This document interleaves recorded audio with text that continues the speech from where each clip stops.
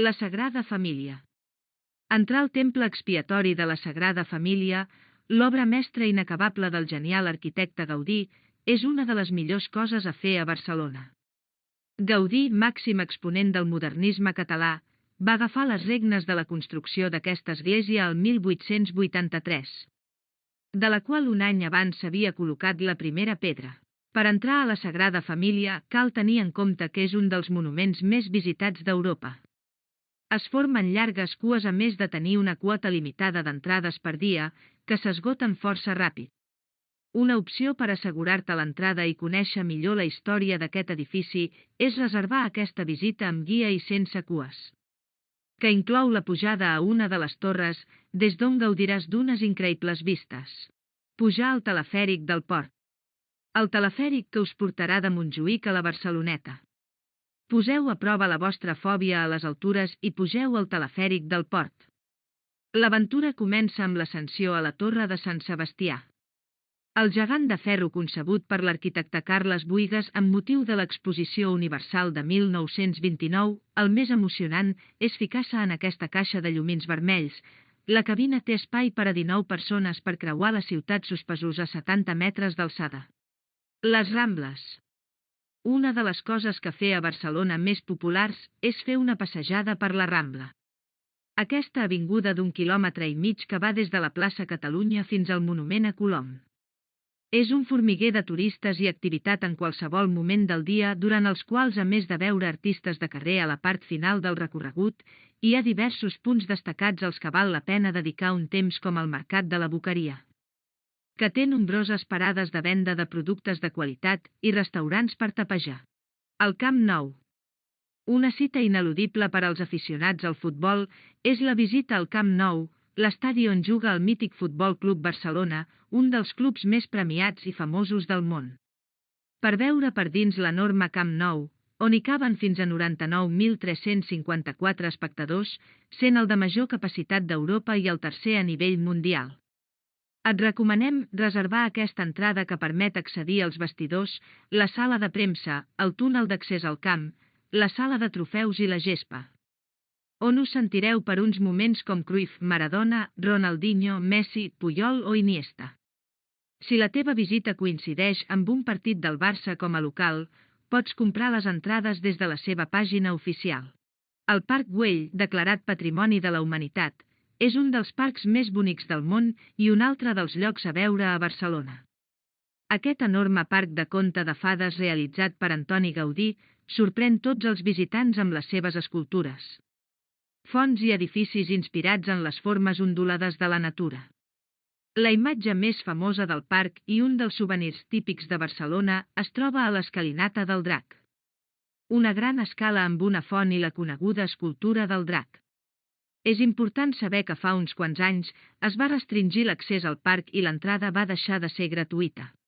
A més, només es permet l'entrada cada mitja hora a una quota de 400 persones, per la qual cosa es formen llargues cues, sobretot en temporada alta i caps de setmana. Una bona manera d'evitar-les és reservar aquest free tour pel parc. Si no voleu fer cap visita guiada, us recomanem reservar aquesta entrada amb antelació.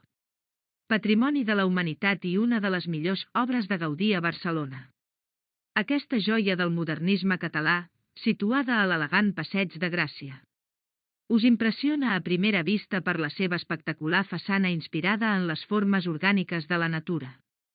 A més de meravellar-te amb el seu exterior, t'aconsellem gaudir d'un interior ple de màgia i fantasia gràcies a les seves formes ondulades, el cel obert i el terrat ple de xemeneies sorprenents.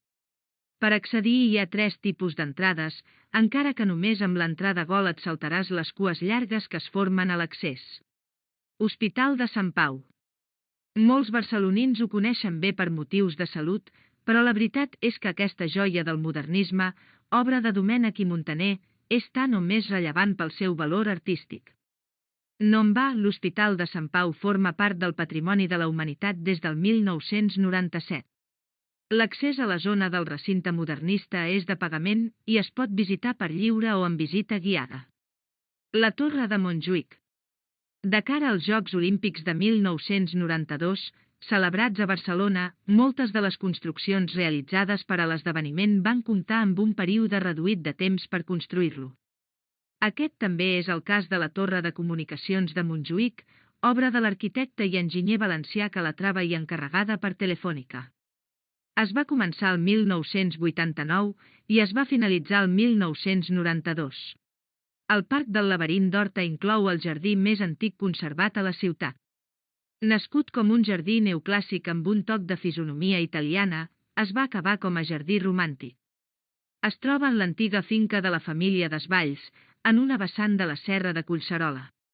Iniciat el 1794 i acabat en la seva primera fase el 1808, va ser obra de l'arquitecte italià Domenico Baguti.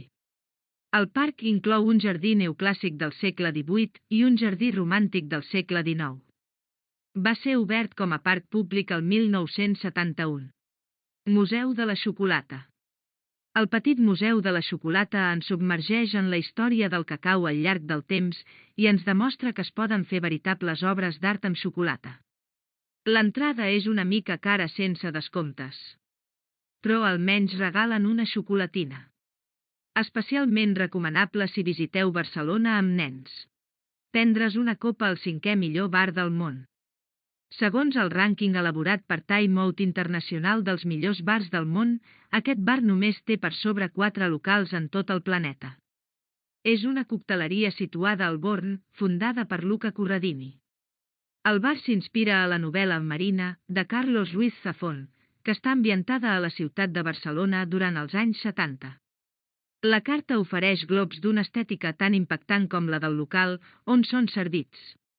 Prepara la càmera de fotos, ja que els originals còctels es serveixen en recipients creats amb tecnologia d'impressió 3D i tècniques d'emmotllament que presenten formes, si més no, curioses.